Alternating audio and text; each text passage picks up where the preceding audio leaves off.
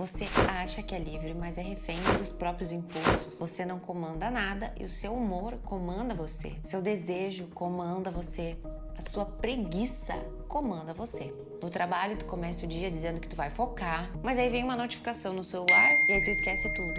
O café merece toda a atenção do mundo antes de começar o teu dia. Uma conversinha rápida vira 1 hora, 2 horas. E ele vou só dar uma olhadinha que engole a tua manhã inteira. Você chama isso de seguir o fluxo, deixar acontecer, deixar rolar. Mas na verdade tudo isso é uma falta de autocontrole, é uma falta de freio. E sem o freio a gente não consegue ter uma direção. Você gasta dinheiro como se não existe fatura, como se não existisse boleto. Compra porque tava com vontade. Aceita prazos que não têm o mínimo cabimento, mas porque você acha que vai dar certo, que quando chega na hora tudo dá certo. Empurra decisões importantes porque ainda não tá no clima. Seu dinheiro ele não desaparece, ele não evapora, mas ele simplesmente escorre pelos teus dedos. E esses são os dedinhos que você não consegue fechar. Financeiramente você vive em modo de incêndio. Não poupa porque poupar exige o não e o não você não consegue dar. E não é porque você não sabe dizer não, por medo de rejeição, essas coisas assim. É porque você não tem controle. Você não investe porque investir exige tempo, exige paciência e esperar é uma tortura para você. E tem gente que tem um esquema de autocontrole insuficiente que até esperar o elevador é uma tortura. O pior de tudo isso é que a gente se convence que esse é o nosso jeito de ser, que você é espontânea, que você é criativa, que você é isso, você é aquilo. Você é diferente dos outros, você é imprevisível, na verdade você é super previsível. Todo mês, todo final de mês você vai ficar extremamente estressado com as suas contas, você vai ficar tentando tapar buracos, equilibrando pratos, apagando incêndios e vivendo uma loucura, um caos, que todo mundo sabe que já é de praxe seu. Então esse vídeo a gente vai falar do esquema de autocontrole insuficiente e o impacto na vida financeira. A gente vira refém dos próprios impulsos, tem dificuldade de frear, e isso acaba nos colocando em situações às vezes bem perigosas. Seu cérebro faz você agir como se você fosse uma criança com cartão de crédito. Alguns traumas da tua infância, algumas vivências fizeram a gente ter o nosso sistema de recompensa desequilibrado. E por conta disso, você vive. Algumas situações da tua infância, alguns traumas, algumas vivências fizeram com que você desequilibrasse o seu sistema de recompensa e você vivesse 100% do tempo, ou na maioria do tempo, viciado em gratificação instantânea. Você vai ter muitos comportamentos que parece que você está vivendo o momento presente, mas que no fim das contas é uma infantilidade financeira. Você vai racionalizar tudo isso com desculpas, vamos dizer assim, com pensamentos que parecem muito verdadeiros, mas que na prática você sabe que você está só acumulando mais caos e desordem. Então vou começar esse vídeo logo e entender o porquê que tudo isso acontece e no final entender como é que a gente sai de tudo isso. Primeiro, você pode achar que você é uma pessoa livre, espontânea e, como a gente já viu, no fim das contas você é um adulto com uma mentalidade de criança que não aprendeu a segurar o desejo. Você tem um ditador e não critica você. Sim, é um impulso que te obriga a fazer coisas e você não consegue dominar. Quando a gente tem um esquema de autocontrole insuficiente, a gente tem uma incapacidade de tolerar desconfortos, adiar a gratificação e manter uma disciplina necessária para alcançar objetivos de longo prazo. Na nossa vida, ele vai aparecer com gasto excessivo, incapacidade de poupar, procrastinar decisões importantes financeiras, um vício em gratificação instantânea. E não só na vida financeira, pode ser na comida, nos doces, nos impulsos, nas bebidas. Isso tem uma origem na nossa infância. A gente tem nesse canal uma playlist que se chama Curso de Terapia de Esquemas. Lá a gente tem vários vídeos e também vídeos onde mostra a infância de quem tem o esquema de autocontrole insuficiente. Mas aqui, trazendo aspectos da tua infância, provavelmente você teve pais que não te ensinaram sobre frustração, não regularam esse teu lado mais impulsivo, não te ajudaram a modular um comportamento mais autocontrolado. Talvez você teve pais muito permissivos também, ou você foi deixado muito solto na sua infância. Você às vezes teve uma ausência dessa instrução paterna. Alguns pais também fomentaram essa gratificação a qualquer custo para fazer você se sentir bem. Não te deram limites, não te ensinaram consequências. Ou pode ser que você tenha vivido alguma experiência traumática que gerou todo um sistema de necessidade de compensação imediata. No fim das contas, você se tornou um refém dos próprios instintos, dos próprios impulsos. O impulso surge, o desconforto aparece, você cede imediatamente, você tem um alívio temporário, e aí vem a culpa, as consequências, e aí gera tudo isso, mais impulso, mais situações ali, mais coisas que você precisa para compensar todo esse desconforto. Você fica preso e amarrado nesse esquema. E aí você pode até usar alguns termos. Eu vi e não resisti. Foi mais forte que eu. Eu merecia isso, né? Depois de tanto trabalho. A vida é curta demais.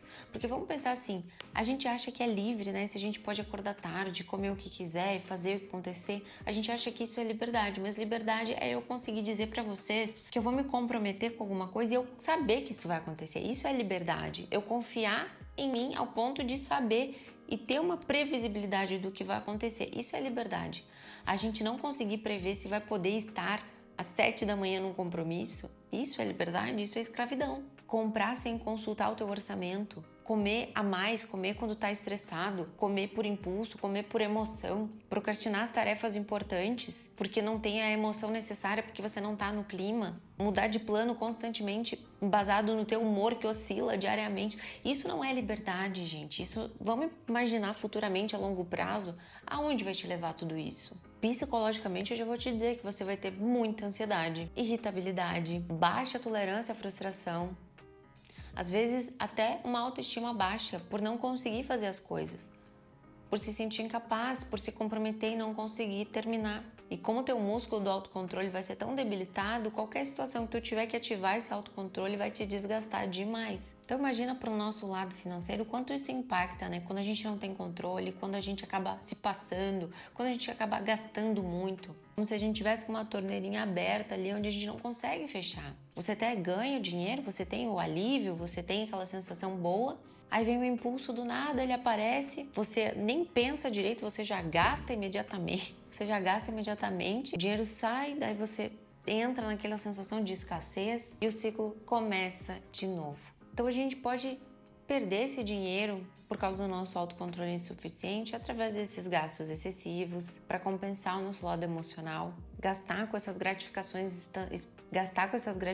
instantâneas. É aquela pessoa que tem que guardar dinheiro e às vezes fica pedindo doce durante a tarde, fica pedindo comidas ou gastando com bobagens, vai procrastinando as decisões importantes financeiras e também se vicia em conveniência, não consegue suportar nenhum desconforto, não consegue se adaptar a nenhuma situação de privação, nem que seja uma privação temporária para te fazer algo maior.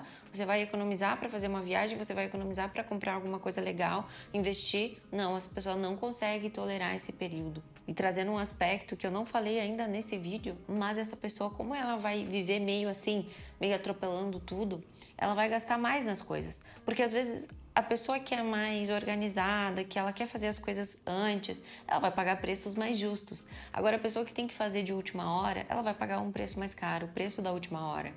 O preço de não pagar por algo que pagaria menos antecipadamente. E dessa forma ela ganha quase que uma liberdade, um cartão em branco. Agora, como é uma emergência, você pode gastar o que for. É uma emergência. Só que no fim das contas, psicologicamente, isso pode ser legal, vamos dizer assim. Mas financeiramente, quando você vai encarar de fato por que você está sem dinheiro, você vai entender o que acaba acontecendo. Você está pagando muito mais caro. Bom, como eu sei que a pessoa que está aqui, ela traz como característica essa espontaneidade, vamos entender o que seria uma espontaneidade saudável. Uma vez eu fiz um curso de gestão do tempo. E o cara falava da gestão do tempo, quanto uma pessoa que está sempre com muitas atividades, ela pode parecer muito ocupada e bem vista pela sociedade. Só que uma pessoa que faz uma gestão do seu tempo e tem um tempo para o lazer, que ela chega assim, as pessoas sentem uma calma, uma presença nela, porque ela sabe, ela conseguiu colocar tudo certinho na sua agenda, essa seria uma pessoa muito mais produtiva e eficaz do que a pessoa que está ali bagunçada. E quando a gente fala numa espontaneidade saudável, não é uma pessoa espontânea aquela que resolve tudo de última hora, que dá jeito, que faz algo meio desesperado. Não! Uma pessoa espontânea, ela cria um espaço até para ela ser leve, para ela ser espontânea, para ela ser ela mesma, mas porque ela tá dando conta, ela tá gerindo, ela pensou muito bem antes de fazer. Essa pessoa, uma espontânea e de forma saudável, ela tem os seus valores sólidos, ela tem um objetivo claro, ela sabe para onde ela tá indo. ela tem os seus limites financeiros estabelecidos, ela tem uma certa previsibilidade das coisas, considera as consequências de longo prazo das situações e ela tem uma flexibilidade. Agora já essa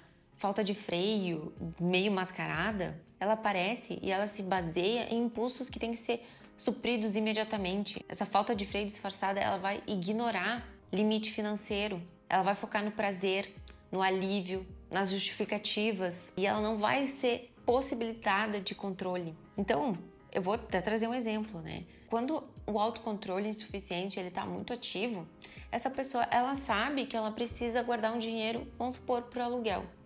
Mas aí ela vê e precisa uma roupa. Ela vê essa roupa e ela vai justificar que ela precisa para o trabalho, que isso vai ser boa para a aparência dela em relação ao ambiente de trabalho, que as pessoas vão ver ela de forma mais adequada. E parece muito verdade tudo isso. Só que quando a gente vai ver no orçamento dela, não daria. O melhor seria ela utilizar as roupas dela ou esperar um momento mais adequado para fazer essa compra. Só que esses pensamentos, essas justificativas vão vir com tanta força que ela não vai conseguir lutar contra isso. No ambiente de trabalho, olha como as coisas vão aparecendo, olha como isso é importante a gente observar. Além dessa pessoa procrastinar as coisas mais importantes, até porque as coisas mais importantes do trabalho dela às vezes exigem um desafio e esse desafio levaria ela a um nível de ter que ter mais autocontrole, de ter que ser uma pessoa mais rígida consigo. Às vezes ela vai procrastinar justamente porque essas decisões impactariam na rotina dela, pediriam muito mais do que ela está acostumada. Mas também, essa pessoa ela não vai conseguir negociar porque ela não vai ter paciência. Vai aceitar a primeira coisa que está ali porque ela não tem paciência. Vai mudar constantemente a direção. Vai viver à mercê dessas emoções e ela não vai entrar nunca no jogo do trabalho mesmo, das negociações, dos valores. Ela vai viver no mundo se achando sempre uma criança. A pessoa ela se vicia nessa adrenalina para resolver os problemas, só que no fundo ela, além de estar passando essa imagem de infantilidade para as pessoas, ela também enxerga isso. E esse é um grande problema.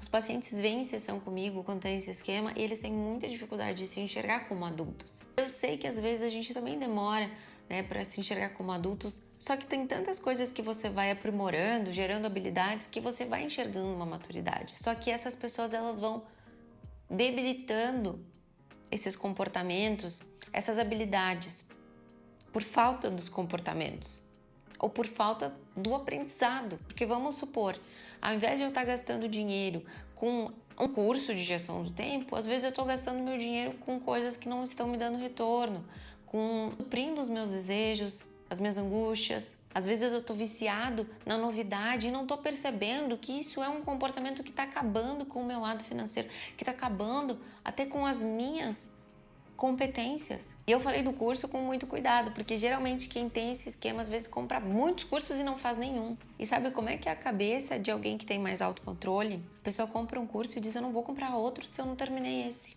Só que a pessoa que tem autocontrole insuficiente, ela tá nem aí. Ela só quer a novidade, a novidade, a novidade. E o mercado se alimenta de você.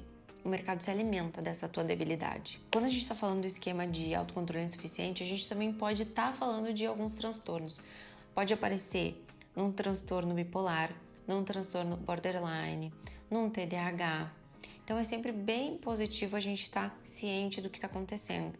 A gente pode observar sinais. Se você é uma pessoa que não se programa, só paga as contas ali na adrenalina do último dia, às vezes até deixa passar, deixa os projetos importantes para a última hora, se sente produtiva só quando está sob pressão, cria emergências financeiras a todo momento, até problemas, porque você não quis olhar as coisas importantes. Você tem tédio, assim, quando tá tudo organizado você sente tédio, uma ansiedade quando não tem problema para resolver, uma sensação de vazio quando tá tudo calmo, uma excitação, uma sensação de estar vivo em situações de crise. Você acredita que funciona melhor sob pressão, subestima ou às vezes nem conhece o tempo das tarefas. Subestima, acha maravilhoso, sai falando que é muito bom ter essa capacidade de resolver tudo assim na última hora e fica racionalizando essa procrastinação como o teu jeito. Então tudo isso são sinais, sintomas de possível transtorno e desse esquema de autocontrole insuficiente. Júlia, não entendi. O que é essa história de esquema e o que é essa história de transtorno? Quando a gente está falando de um transtorno, a gente pode estar falando de um transtorno de personalidade, de um transtorno de humor, um transtorno de personalidade borderline, um transtorno de humor, um transtorno do neurodesenvolvimento, como um transtorno de déficit de atenção e hiperatividade. Isso são transtornos que estão no nosso DSM de psicologia. Quando a gente fala dos esquemas, a gente fala de esquemas que são como se fosse um monte de crenças que estão na nossa cabeça e perfil, como se a gente tivesse um perfil que, pelas nossas vivências, pelas pessoas significativas da nossa vida, a gente acabou gerando e acumulando essas crenças, essas tendências. Só que esses esquemas, eles nos ajudam.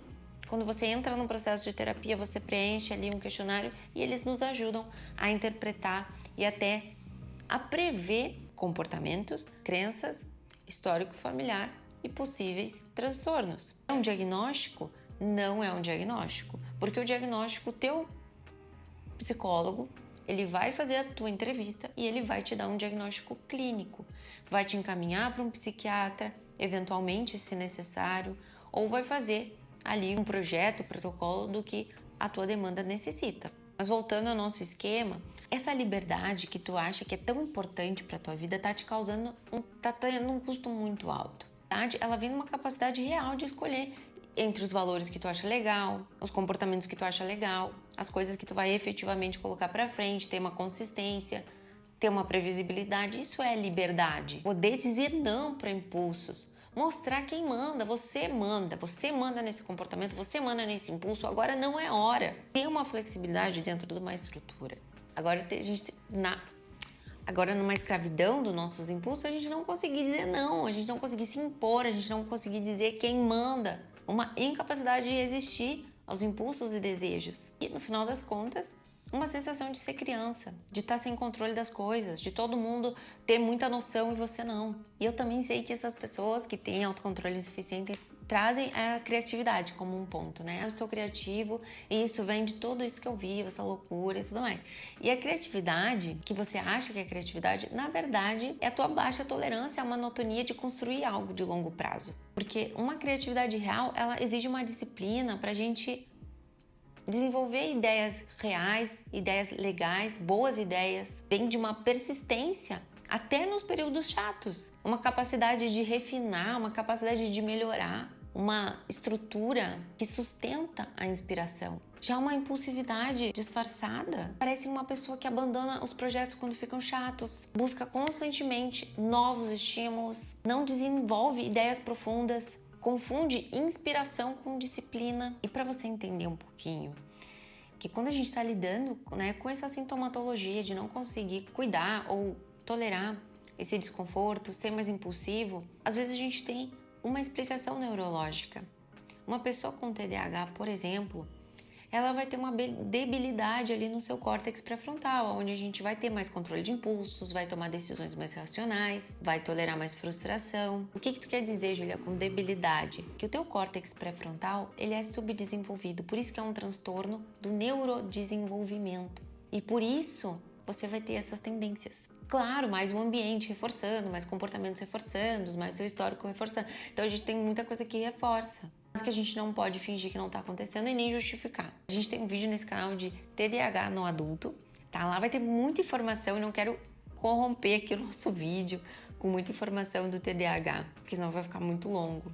Mas se a gente for trazer alguns aspectos para nossa vida financeira, a gente vai vir com esse pensamento mágico, o dinheiro vai aparecer de algum lugar, que vai dar tudo certo no final, que a gente não precisa se preocupar com os problemas, não precisa se preocupar com nada agora. Vai trazer uma incapacidade de adiar a gratificação, uma falta de noção do tempo, das consequências, uma regulação emocional mais primitiva. A gente não consegue regular emoções. Eu vou comprar quando eu quiser, eu vou comer quando eu quiser, usar o dinheiro, a comida como forma de regular a minha emoção. E por mais que a gente esteja trazendo bastante prática aqui para esse vídeo, na prática da tua vida, você vai justificar muito isso com pensamentos complexos, pensamentos muito bem argumentados, vamos dizer assim, uma racionalização muito forte para justificar tudo isso que você vive. Você vai criar umas justificativas muito elaboradas para justificar os impulsos. Você vai transformar os desejos em necessidades, criar emergências para justificar gastos excessivos, encontrar razões lógicas para gastos emocionais, usar umas argumentações muito bem colocadas para justificar tudo e vai se convencer que cada impulso é intuição. Então vamos ver como é que a gente começa a mudar tudo isso sem parecer um robô, sem sofrer tanto assim, né, com essa tolerância aos desconfortos. Como é que a gente toma essas estratégias financeiras mais eficazes? Primeiro de tudo, a gente tem que ter consciência desses comportamentos impulsivos. Em terapia, a gente faz um diário da prática. Diariamente, o que eu percebi que eu tive impulso disso, que eu fiz isso por impulso, que eu fiz isso para justificar o meu emocional. Às vezes essa pessoa ela tá cheia de comportamentos, às vezes ela não sabe nem por onde começar e a gente precisa começar a monitorar isso na prática. Tem um livro ótimo, A Única Coisa, que é muito interessante a pessoa que tem autocontrole insuficiente ver. Também já ajuda a começar a entender como é que a gente pode fomentar esse autocontrole, começar a puxar as rédeas desses impulsos. Então a gente vai fazer um mapeamento desses gatilhos, como se fosse um diário dos impulsos, onde a gente vai botar ali quando o impulso surge, o que estava acontecendo, qual a emoção que eu estava sentindo, o que eu queria fazer, o que eu queria comprar, o que eu fiz e a consequência disso. Talvez a pessoa não consiga elaborar uma consequência até de longo prazo. Ela vai ver a consequência foi eu gastei isso aqui, a consequência foi eu ter perdido tempo. Mas a consequência, às vezes, tu vai ver lá no financeiro dela, às vezes a consequência é perder uma viagem que ela queria fazer, é não conseguir comprar alguma coisa, é se endividar, é pagar mais caro, mais juros, mais um monte de coisa. Essa pessoa ela também precisa perceber qual o horário que ela fica mais suscetível, se é de manhã, se é de noite, se é no meio da tarde, quais os horários que ela fica mais suscetível. A gente também faz um treinamento da atenção para ver como é que tá, quanto tempo eu consigo ficar numa tarefa, que às vezes a pessoa não consegue ficar 1 minuto, 2, e a gente vai aumentando essa tolerância, mas primeiro a gente precisa saber como é que está. A gente também faz um cronômetro das atividades, porque essa pessoa às vezes ela não tem a mínima noção de quanto tempo ela demora. E ela vai se tornando muito mais confiante quando ela sabe exatamente o tempo das coisas, quando ela começa a ter mais noção da vida dela, ela começa também a se posicionar com uma forma mais segura. Quanto mais ela consegue ver os impulsos, entender as emoções por trás, quanto mais ela consegue mapear tudo isso, ela vai tendo um maior controle dela mesma, ela vai se mapeando, ela vai se conhecendo. E vai sabendo aonde ela tem que atuar.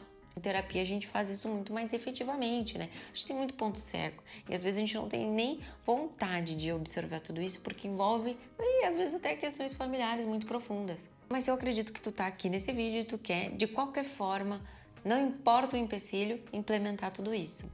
Só que eu já te adianto, se tem pessoas que se alimentam desse teu vício, desse teu jeito, quando tu começar a se posicionar, essas pessoas vão testar muito a tua força de vontade e vão, às vezes, ser sabotadores importantes na tua jornada. Quando o impulso vier, é muito importante que você dê o tempo para ele surgir e ele ir embora. Às vezes, a gente tem essa tendência a querer responder logo, mas a gente tem que começar a colocar uns 10 minutos ali para responder esse impulso. Às vezes você pode notar o impulso de comprar isso. Daqui a pouco tu vê, nossa, passou. E isso também vai te dando uma autonomia a controlar esse teu lado mais impulsivo. Tinha uma fase minha que eu tava muito louca por livros. E eu fiquei pensando, gente, não tem a mínima lógica, porque eu não tô conseguindo ler esses livros. E aí eu coloquei como empecilho que eu tinha que terminar o livro anterior para poder comprar outro. E se eu não tivesse comprado outro, eu teria que dar para outra pessoa o livro. Eu não queria dar os meus livros, então acabou que eu não fazia mais isso. Eu acabei que parei com essa história de comprar livro. Então a gente tem que estar sempre muito ligado aonde o nosso lado mais impulsivo, mais emocional está atuando. E também aprender a tolerar esse desconforto de esperar, de saber a hora certa. Às vezes de encarar uma planilha com os teus gastos. Às vezes de ter que esperar 2, 3 meses para adquirir uma coisa que tu queria muito. Aprender a tolerar esse desconforto. Então, gente, chegamos ao fim desse vídeo. Na verdade, as estratégias ou os desafios são muitos. E a gente pode falar isso em vários outros vídeos. Eu acredito que quando tu toma essa iniciativa de começar a encarar esses desafios próprios teus, que só você sabe que você tem, ou que só você sabe que você sofre com isso, a gente acaba tendo que passar por muitos processos de transformação. E esse vídeo pode ser só o início, tá? Então, chegamos ao fim desse vídeo. Meu nome é Julia Von Wurp, eu sou psicóloga, sou terapeuta cognitivo-comportamental Um beijo e até o nosso próximo vídeo.